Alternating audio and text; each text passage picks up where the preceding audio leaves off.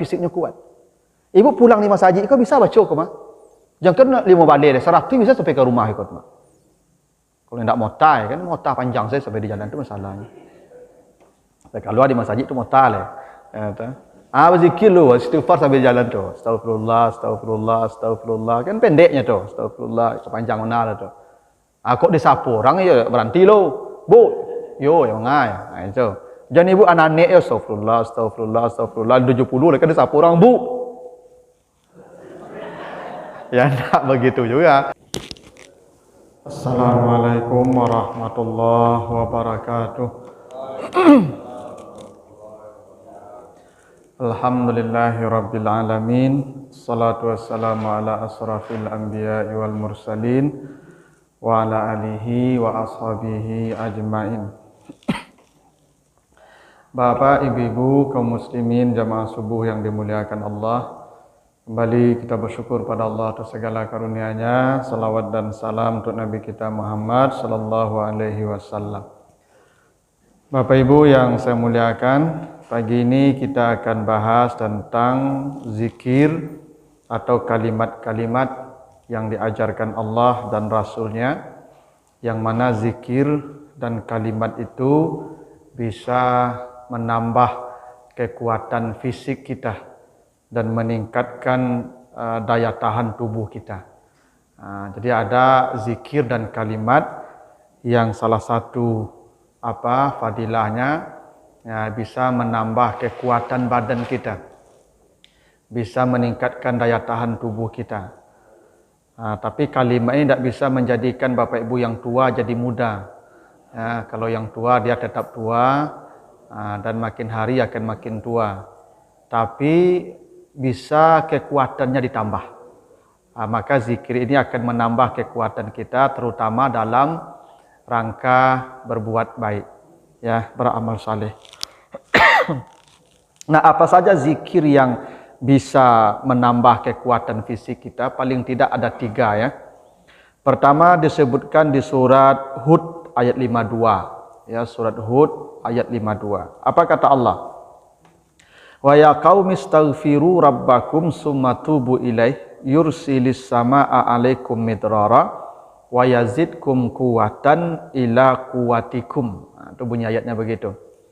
Wahai kaumku, beristighfarlah kamu kepada Tuhan. Ya, maksudnya ucapkanlah astagfirullah. Jika kamu beristighfar, Allah turunkan hujan dari langit dan Allah tambahkan kekuatan badanmu. Jadi Allah yang sebut ya. Jadi kalau kamu beristighfar, ada 2 janji Allah. 1 hujan diturunkan, 2 ditambah kekuatan fisik. Jadi istighfar itu menambah kekuatan fisik kita. Apa itu istighfar, Bapak? Istighfar itu arti harfiahnya meminta kepada Allah agar dosa kita ditutupi sekaligus dampaknya ditutupi. Karena dosa ini Ibu akan dibukakan Allah pada waktunya. Tidak di dunia, pasti di akhirat. Sekarang kita ini tampak mulia bukan karena kita mulia, karena Allah masih menutupi dosa kita. Bapak Ibu, kalau sekarang dosa saya ditampakkan ke Bapak Ibu tidak akan mendengar ceramah saya. Karena terlalu banyak dosa yang pernah saya lakukan. Tiap hari saya berdosa. Beruntung Allah masih menutupinya. Dan itu istighfar. Ya Allah, tolong tutupi dosa saya. Hingga nanti di akhirat kelak. Karena kalau di akhirat nanti, kan janji Allah begitu. Ya, wa hussila ma fis sudur. Di hari itu semua dibukakan Allah, hingga isi hati pun dibukakan Allah ke hadapan manusia. Dan kita nanti akan malu di akhirat. Kenapa? Karena dipertontonkan semua dosa kita kepada manusia. Itu kenapa wujuhu yauma izin khasyi'ah. Nanti di hari kiamat wajah semua tertunduk malu. Kenapa? Karena Allah bukakan semua dosa kita. Nah, kita minta, ya Allah tolong tutupi dosa saya. Kalau nanti akan diperlihatkan, cukup saya saja yang melihatnya. Itu makna harfiahnya istighfar. Nah, termasuk makna istighfar itu, kita meminta kepada Allah agar dampak dosa ini ditutupi juga. Karena setiap kesalahan akan berdampak baik bagi pelaku maupun bagi masyarakatnya. Itu kenapa kalau Bapak Ibu perhatikan surat Hud 52 ini ada dua janji Allah. Kalau kamu istighfar dari dosamu, satu turun hujan, dua dikuatkan badan. Kenapa turun hujan?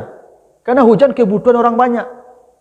Itu maksudnya dosa satu orang akan berdampak ke banyak orang. Apa dampaknya? Kekeringan. Hujan tak turun. Itu karena dosa satu orang dan menanggungnya masyarakat di sekitarnya. Makanya ada sebuah riwayat Bapak Ibu, dulu di masa Nabi Musa pernah lama hujan tak turun. Akhirnya Nabi Musa ajak semua kaumnya salat istisqa. Salat di lapangan semua.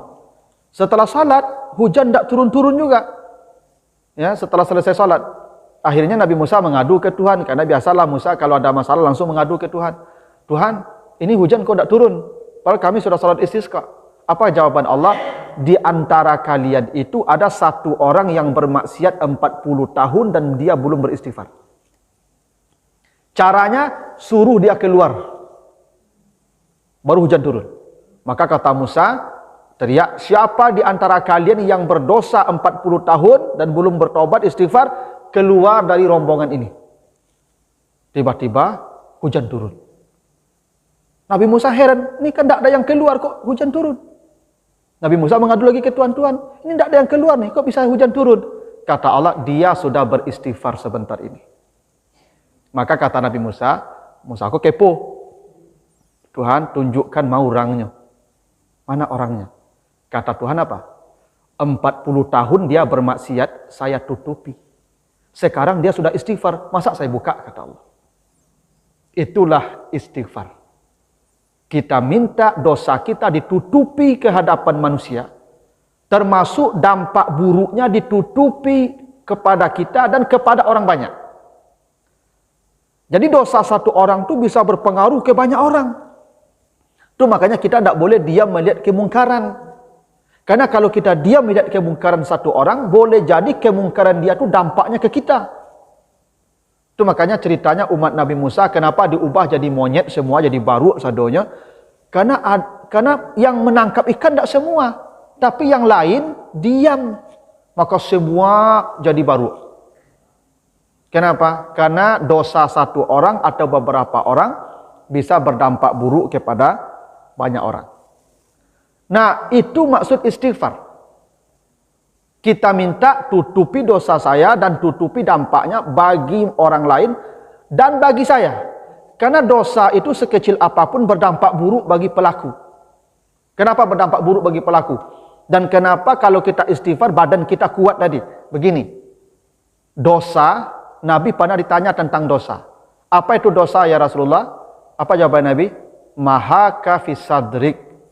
Dosa itu yang membuat hatimu gelisah. Itu prinsip dosa. Dosa kok gelisah waktunya Pak Ibu. Makin gelisah kita, makin banyak dosa kita. Percayalah. Makanya Bapak Ibu kalau gelisah, tidak banyak dosa tuh. Sedang banyak dosa. Kalau kita bersalah tuh pasti tidak akan tenang kita. Coba, Ibu Bapak, Ibu kalau bercakap, jawab di rumah yang mulaluk atau. Ya kecuali lah tiap hari bercakap tu lah pada hati, biko tu lah madanya tu. Biasanya manusia tu kalau berbuat salah, dia gelisah. Tidak tenang. Kalau gelisah, dampaknya apa kalau hati tidak tenang? Tidur terganggu, makan terganggu. Percayalah. Kalau hati kita gelisah, lalu tidak lama, makan tidak lama. Coba ibu, anak ibu sakit. Sakit anak ibu. Ibu tidak akan mau lalu, tidak akan mau makan. Kalau kenapa? Karena hati ibu sedang kacau. Dan dampak dosa itu begitu. Kalau kita berdosa, hati gelisah, makan tidak lama, lalu pun tidak lama. Itu maksud orang, ciri-ciri orang bahagia itu Pak Ibu dua. Makan bertambuh, lalu berkaruh. Nah, itu ciri-ciri orang bahagia ya. Nah, kalau bertambuh, makan berkaruh, lalu itu bahagia itu Pak Ibu. Kenapa? Karena dia tidak berdosa. Karena dosa kalau diampuni, tenang hati kita. Itu makanya Bapak Ibu kalau mendengar ceramah, tidak tenang hati ya. Itu maksud takaluk begitu. Ya. Takaluk mendengar ceramah itu kan tanda hati tenang. Orang kalau gampang lalu, tanda hati tenang. Tadonya tidak berdosa itu Pak Ibu. Jadi kalau ada apa-apa tak kaluk dengan ceramah itu tak berdosa itu. Apalagi kok laba karu itu laba rasi itu tak dol itu. Itu nunggu pai itu salah pai surga langsung tu. Tak dosa leh. Jadi dosa itu berdampak pada pelaku. Apa dampaknya? Jauh dari ketenangan hati. Dan istighfar akan membuat hati tenang. Karena ketika kita beristighfar, dosa diampuni, dampaknya hati tenang. Bila hati tenang, maka makannya akan menjadi normal. Tidurnya akan menjadi normal. Dan daya tahan tubuh akan bertambah. Ibu bapak kalau lalu tagadu makan tagadu, kok daya tahan tubuh turun tuh. Pasti drop. Dan kalau daya tahan tubuh sudah turun, penyakit gampang datang. Ibu bapak kalau lalu puih lalu, tak tersintak-sintak, apa perasaan pagi? Kuat. Tak begitu. Cik ibu tak mau lalu, lah jam 2 baru tak kaluk. Pagi rasanya sakit kepala. Tak begitu. Itu karena perasaan. Perasaan. Jadi dengan istighfar itu hati tenang. Dengan hati tenang, semuanya menjadi normal dan itu alasannya tubuh kita menjadi kuat dengan istighfar. Begini, Nabi Muhammad tu Ibu, tidak pernah sakit seumur hidup. Sakit Nabi itu hanya sakit menjelang wafat saja. Nabi sakit parahnya hari Jumat maghrib. Jumat Nabi tidak bisa lagi berdiri. Karena pingsan, bangun, pingsan, bangun, pingsan. Nah sejak Jumat itulah Abu Bakar jadi imam, maghrib. Jumat, Sabtu, Minggu, Senin pagi Nabi meninggal dunia. Hanya 4 hari Nabi sakit dan itulah kenapa diceritakan Aisyah Nabi salat duduk, ya bersila. Tidak pernah Nabi sakit, kecuali sakit mati saja. Nabi itu memimpin perang 17 kali dalam sejarah. Dan perang pertama yang dipimpin Nabi itu perang Badar. Usia Nabi saat perang Badar itu 54 tahun. Bayangkan tuh Pak. Usia 54 tahun itu memimpin perang. 17 kali kemudian Nabi pimpin perang. Dan perang zaman itu tidak sama je kini Ibu. Bakal jaga-jaga di padang pasir itu perang itu Ibu. Butuh fisik. Nabi penaklukkan kota Makkah tahun 8 Hijriah. Menaklukkan kota Makkah. Usia Nabi 61 tahun. Waktu penaklukkan kota Makkah. Dan penaklukkan kota Makkah itu berjalan kaki dari Madinah ke Makkah 10 hari. Bulan Ramadan. Sedang berpuasa. Coba Bapak Ibu yang umur 60 boleh takluk berjalan di Madinah ke Makkah. Balik lagi ke Madinah, balik berjalan kaki. Nabi usia 61 tahun tuh Pak. Itu Nabi itu kuat fisiknya. Kenapa Nabi kuat fisiknya? Ada hadis Muslim menjelaskan, inilah yughon, saya ini punya rasa malas. Ada malas dalam hidup saya kata Nabi. Tapi di hari yang paling malas itu istighfar saya 70 kali.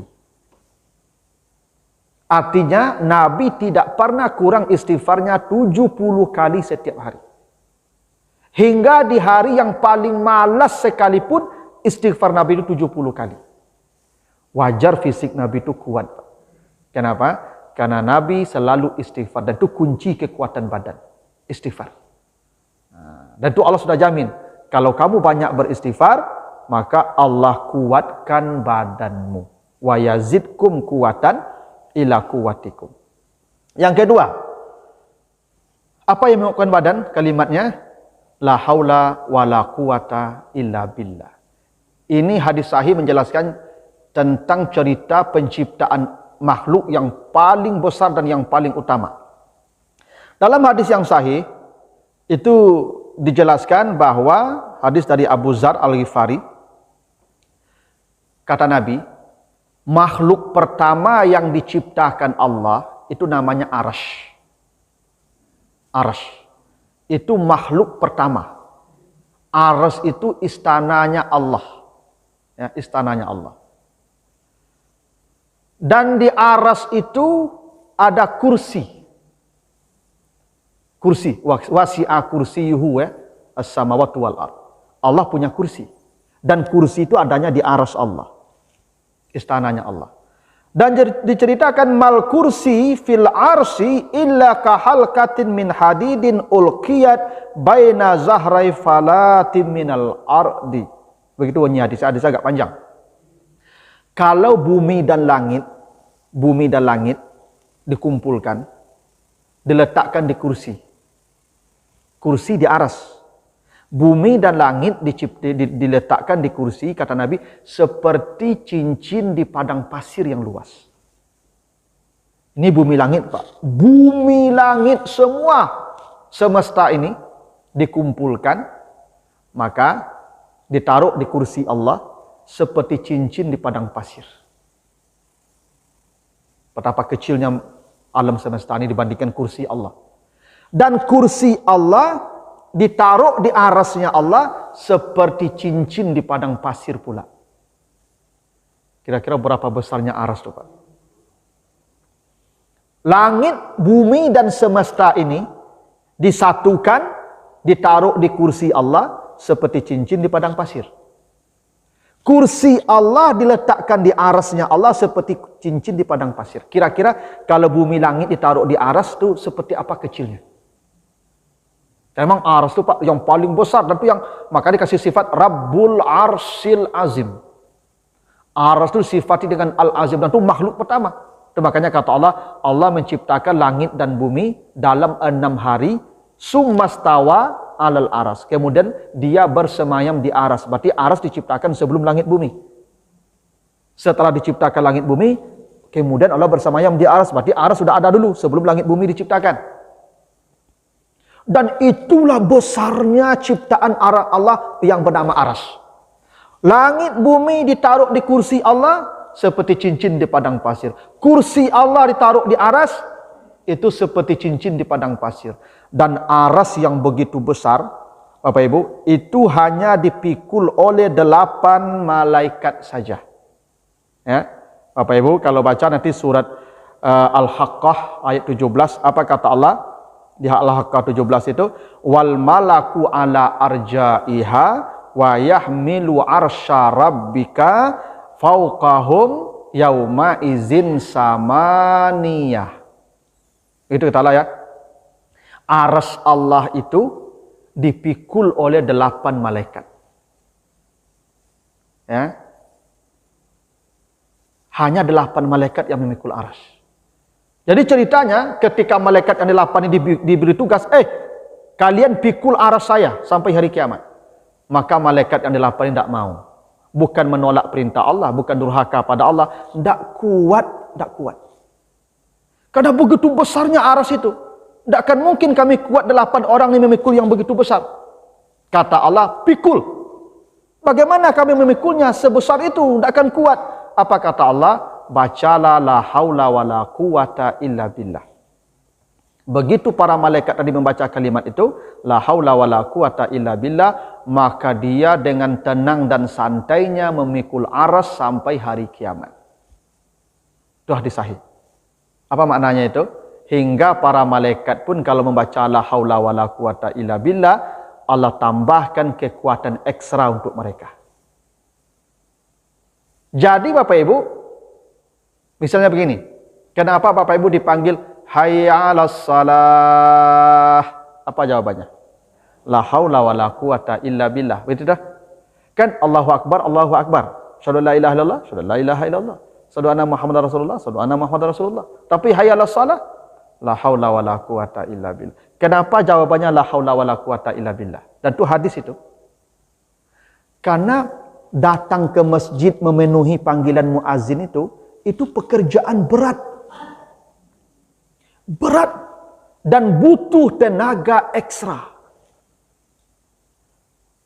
Makanya Bapak Ibu yang datang ke masjid memenuhi panggilan azan itu secara fisik sebenarnya lapuk. Ini lah bentuk gini kan. Nambah tungkik bagai, kan lutut rematik, asam urat naik, macam-macam tu penyakit tu. Tapi bakok tibonya. Bakok tibonya lapuk-lapuk tu. Karena dia mengucapkan la haula wa la quwata illa billah, ditambah Allah kekuatan. Ini perkara berat Bapak Ibu. Mendatang, kalau tidak bariklah datang berjamaah, ambo yakin panuh meledak masjid kau. Tak yakin ambo kompleks sebanyak kurang Bapak Ibu. Tak yakin boleh. Pasti di rumah kini kuat banyak yang botot-otot tu. Tak betul? Ada yang fitness malah tiap harinya begitu. Kok kamar saji kau nyoa ndak perlu pakai kendaraan lo 2 kali mambuang-ambuang sih dibunuh saji kau. Enak. Tapi bako ndak tibo yang itu tu. Bako dah model-model kau tibonya kau. Hah? Lah pensiun, jalan lah payah, lutut lah sakit. Bako yang kau tibo.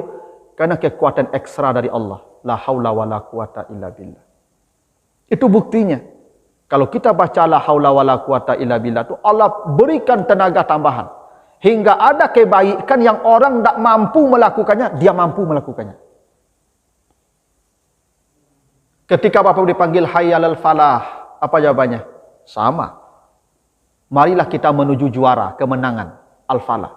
Sama, la haula wala quwata illa billah. Kenapa itu jawabannya? Karena jadi juara tidak mudah. Kalau mudah jadi juara, semua orang jadi juara.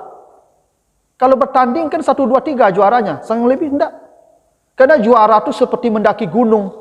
Makin ke puncak, makin kecil. Dan ke puncak itu tidak mudah. Perlu tenaga ekstra. Mendaki gunung itu tidak mudah. Itu makanya masuk surga tidak semudah kita bayangkan Bapak Ibu. Karena kata Allah, am hasibtum an tadkhulul jannah walamma ya'lamin allazina jahadu minkum wa ya'lamis sabirin. Jangan kalian mengira bisa masuk surga sebelum Allah tahu siapa yang paling payah di antara kamu. Masuk surga itu berpayah-payah, Bapak. Dan itu perlu tenaga. Makanya surgaku tinggi sifatnya, fi jannatin aliyah, surga yang tinggi. Untuk ke tempat tinggi kan tidak mudah. Makanya hayya alal falah, marilah kita menuju surga. Maka jaminnya allazina yarisunal firdaus, kalau dapat al-falah, aflahal mu'minun. Kalau mereka sudah dapat aflaha, surga firdaus, surga paling tinggi, dan itu butuh tenaga ekstra. Itu kenapa jawabannya ketika dipanggil hayya alal falah, mari kita ke surga paling tinggi, surga firdaus, la haula wala quwata illa billah. Maka Bapak Ibu yang baca ini surga firdaus. Itu surga paling tinggi. Nah, ini zikir yang bisa menambah kekuatan kita. Nah, tapi ini kadang-kadang Bapak Ibu ya jangan salah pasang. Ini sunatullah tetap berlaku. Ya Bapak Ibu umur 65 kan, baca la haula wala quwata illa billah tu bangkit simin 2 karuang, patah pinggang tu Bapak. Nah, nya enggak bisa salah pasang loh Pak. Nya sesuai aturan sunatullah lah tu mah. Ini untuk melakukan kebaikan, Allah tambah kekuatan kita. Nah, dan kau dak tok bangkit semin 2 apa Pak ya. Untuk melakukan kebaikan-kebaikan nih Allah tambah kekuatan kita. Ya, 2 ya. Yang ketiga, hadis dari Ali bin Abi Thalib, hadis riwayat Bukhari Muslim. Hadisnya agak panjang tapi ceritanya begini. Suatu hari Nabi membawa Fatimah mengadu ke Nabi, ayahnya. Bahwa Fatimah ini tiap hari lelah. Karena Fatimah ini istri Ali, anak Nabi, punya anak 2 laki-laki, Hasan Husain, yang umurnya berdekatan. Masih kecil-kecil. Ibu bisa bayangkan punya anak berdua ketek-ketek, umur dakik-dakik, tak stres ya? Stres Pak. Susah. Apalagi kok anak kok tangka. Walaupun Hasan Husain tak tangka tu, tapi susah mengurus anak 2 berdekatan usia itu. Ditambah lagi urusan rumah tangga, itu Fatimah ngurus di dalam rumah. Yang paling memberatkan Fatimah tu menggiling gandum sendiri. Karena orang dulu Pak Ibu, gandum tu digiling. Dulu penggiling gandum tu dibuat dari apa? Batu, lalu diputar. Itu biasa yang mutar tu keledai, atau kuda, ya, atau sapi, atau kerbau kalau kita. Ya. Gandum ke sama je padi, Bu. Zaman sisu orang kan bertumbuk je lasuang nak. Ambo tu ketik-ketik karena di kampung Ibu setiap rumah aku ada lasuang Ibu. Ada lasuang. Ada pakai alu tu. Ibu-ibu di rumah padoknya tu menumbuk padi. Lalu lagak bayi je masyarakat mau pogo negari ko, buat kinci lah itu. Jo ayi lah. Ala sudah kinci baru heler. Banten ke heler. Kini lah canggih mana apa Ibu? Heler ke sawah lah. Dah itu. Dulu ndak apa? Dulu menggiling gandumku. Yo tangan. Maku Fatimah lelah, anak diurus, gandum digiling, urusan rumah kerja, rumah tangga Ibu. Ngurus rumah hari-hari kau nak latih ya? Latih tu Ibu. Latih. Ya. Lalu ngurus apa lah, harus ngurus anaknya lah, harus ngurus rumahnya lah. Payah tu. Maka mengadulah Fatimah dan Ali ke ayahnya. Di Fatimah lelah setiap hari mengurus rumah tangga. Hanya ngabari begitu. Intinya minta pembantu ke Nabi. Karena Nabi itu punya tawanan perang. Dulu Nabi kalau perang dengan para sahabat, yang kalah jadi tawanan perang. Kalau dia tidak masuk Islam, jadi budak, nanti dijual. Hasil penjualannya dijadikan biaya umat. Begitu dulu aturan perang itu. Nah, kebetulan Nabi banyak punya tawanan perang. Ali dan Fatimah minta satu diberikan ke mereka untuk membantu pekerjaan rumah tangga. Minta satu pembantu lah. Itu bahasanya. Tapi apa jawaban Nabi kepada Fatimah dan Ali? Ala adullukuma ala ma huwa khairul lakuma min khadimin. Maukah kalian saya tunjukkan satu bacaan yang lebih baik dari pembantu manapun sebanyak apapun itu? Kan tujuan ibu dapat pembantu supaya ringan kerja itu. Supaya mudah mengerjakan urusan rumah tangga kan. Kata Nabi, ada satu kalimat yang lebih baik dari pembantu manapun. Maukah kalian saya tunjukkan? Kata Ali, mau. Apa kata Nabi? Iza awaituma ila firashikuma. Kalau kau berdua sudah berada di tempat tidurmu, hendak tidur, maka fakabira salasan wa salasin wa sabiha salasan wa salasin wahmada salasan wa salasin. Fahaza khairul lakuma min khadimin. Bacalah subhanallah 33 kali, alhamdulillah 33 kali, Allahu akbar 33 kali. Ini lebih baik dari pembantu manapun yang ada. Ini hadis sahih Bukhari Muslim. Bapak Ibu kalau mau tidur, baca dulu tasbih subhanallah, subhanallah, subhanallah. Alhamdulillah, alhamdulillah, alhamdulillah. Allahu akbar, Allahu akbar. 33 kali masing-masing, silakan tidur. Besok pagi rasakan kekuatan Bapak Ibu. Beban pekerjaan tidak akan berkurang, tapi kekuatan kita menyelesaikan pekerjaan itu ditambah oleh Allah. Karena bacaan ini. Bacalah. Pertama ibu-ibu yang latih mengasuh cucu, kau perlu zikir kau. Ya, karena ibu-ibu kan sibuk mengasuh cucu gini kau, dan cucu kau tangka-tangka begitu. Yang latih, yang stres jika lalu tu baca dulu. Ya, subhanallah, alhamdulillah, Allahu akbar, masing-masing 33 kali. Besok pagi rasakan kekuatan Bapak Ibu. Full power. Saya Bapak Ibu. Ini sudah dicobakan Fatimah dan Ali sampai mati. Mereka tidak pernah meninggalkan membaca ini sebelum mereka tidur. Gitu ya. Nah, ini 3 zikir yang menambah kekuatan badan kita. Pertama, astagfirullah. Yang kedua, la haula wala quwata illa billah. Yang ketiga, ya subhanallah, alhamdulillah, Allahu akbar 33 kali di atas tempat tidur. Ya, ini kalau ini ada apanya? Tempatnya. Ya, iza awaita ila firashika. Nah, itu dulu. Lah tidak perlu bertanya ibu ya. Kalau jali bertanya aku balik baban mereka leh. Ya. Kalau jali tanya tu bertambah baban mereka tu, pokoknya amalkan saja gitu. Bapak Ibu istighfar jangan kurang 70 kali sehari. Nah, cicil. Kalau habis salat 15 kali selesai itu. Subuh 5 balik, zuhur 5 balik, asar 5 balik, maghrib 5 balik, isya 5. Sudah sembahyang tu ada 75 tu. Pokok satu hari itu 70 paling tidak. Nabi contohkan begitu. Itu maka Nabi fisiknya kuat. Ibu pulang 5 saji, kau bisa baca kau mah? Jangan kena 5 balik, 100 bisa sampai ke rumah ikut mah. Kalau tidak mota kan, mota panjang saya sampai di jalan itu masalahnya. Kalau di masjid itu mota lah. Berzikir lu, istighfar sambil jalan tu. Astagfirullah, astagfirullah, astagfirullah. Kan pendeknya tu. Astagfirullah, panjang mana lah tu. Kok disapu orang ya berhenti lo. Bu, yo yang ngai. Nah itu. Jangan ibu anak-anak ya astagfirullah, astagfirullah, astagfirullah 70 lekas disapu orang bu. Ya tak begitu juga. Ya tu. Yang penting cukupkan sehari itu 70. Ya bara caranya lah. Itu yang menambah kekuatan badan kita tu. Nah begitulah dulu Bapak Ibu ya. Mudah-mudahan ada manfaatnya. Lebih kurang mohon maaf. Subhanakallahumma wa bihamdika asyhadu an la ilaha illa anta astaghfiruka wa atubu ilaika. Wassalamualaikum warahmatullahi wabarakatuh.